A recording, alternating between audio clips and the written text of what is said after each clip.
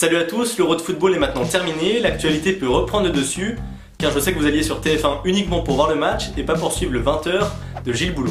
Malheureusement, tout ne se résumait pas au foot et le monde ne s'est pas arrêté de tourner. On atteste les dramatiques événements survenus à Bagdad et à Nice. On parlera également de la loi travail qui va bientôt être officialisée et quelques informations internationales. On commence tout de suite.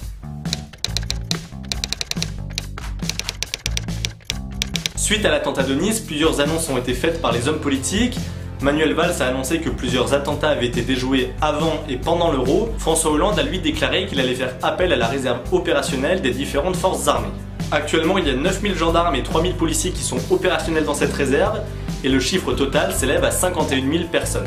Les différentes forces armées commencent donc à recruter, donc si votre seul projet de carrière est de faire de la télé-réalité, je vous conseille d'aller voir à la gendarmerie du coin. Pour faire partie de la réserve opérationnelle, il faut être apte mentalement, avoir entre 17 et 30 ans, avoir fait sa journée d'appel et de citoyenneté, et également avoir suivi une préparation militaire de quelques jours et être en bonne forme physique. Mais pour ce dernier point, il ne faut plus trop s'inquiéter puisque tous les jeunes commencent à sortir et faire du sport pour aller chasser des Pokémon. L'état d'urgence devrait également être prolongé de 3 mois, il aurait dû s'arrêter à la fin du Tour de France, donc à la fin du mois de juillet, et François Hollande aimerait même le prolonger jusqu'à 6 mois si c'est possible. Du moins, c'est ce que le président français a déclaré lors d'un voyage diplomatique au Portugal, où il a rencontré le président portugais. Si ça avait été moi, je pense que j'aurais rompu les relations diplomatiques entre la France et le Portugal suite à la finale de l'Euro. Au vu du contexte actuel, le gouvernement essaye de faire évoluer la législation en termes de protection des sources des journalistes. En effet, dans ce projet de loi, dans le cadre d'un crime qui pourrait être puni d'au minimum 7 ans de prison et qui mettrait en péril la nation, les journalistes pourraient être amenés à donner leurs sources et à ne plus les protéger. Mais il y a également des avancées qui sont faites pour protéger les sources des journalistes. Désormais, ceux-ci ne pourront plus être poursuivis pour recel s'ils obtiennent des documents qui ont attrait à la vie privée, au secret professionnel ou au secret d'une enquête. En effet, auparavant, ils pouvaient être poursuivis devant la justice. Désormais, ça ne sera plus possible, du moins si la loi passe, à une seule condition, que leur démarche journalistique et que leurs révélations œuvrent à la démocratie. Prochaine étape pour ce projet de loi, il passera au Sénat en septembre prochain.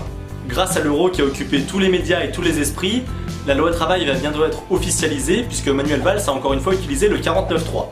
Cela va donc mettre fin à 5 mois de tension entre le gouvernement et les syndicats. Selon un récent sondage, 71% des Français sont encore contre cette loi. J'avais déjà fait une vidéo sur la loi travail que vous pouvez retrouver en cliquant par ici. Pas beaucoup de choses ont changé depuis, je résume tout brièvement. Désormais, les accords signés au sein de l'entreprise pourront primer sur les accords de branche ou sur le code du travail.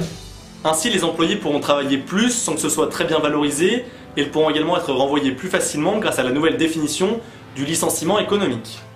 Cette loi travail ne plaît pas à la CGT, elle ne plaît pas vraiment au patron hormis pour le licenciement économique, mais elle plaît au gouvernement et elle va être bientôt officialisée.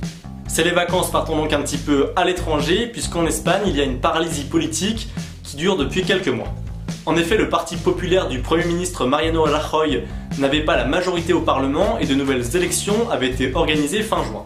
Suite à ces élections, le parti du Premier ministre a gagné de nouveaux sièges, mais il lui en manque toujours 39 pour atteindre la majorité. La situation est donc toujours bloquée, mais les différents partis souhaitent éviter de nouvelles élections. Un jeu d'alliance devrait donc se mettre en place pour essayer d'atteindre une majorité. L'Espagne est également dans le viseur de l'Union européenne qui souhaite lui infliger des sanctions à cause de son déficit public. Rajoutez à ça l'élimination précoce de l'Espagne championne en titre lors de l'Euro 2016 et vous obtiendrez un petit top 3 des raisons pour ne pas être espagnol.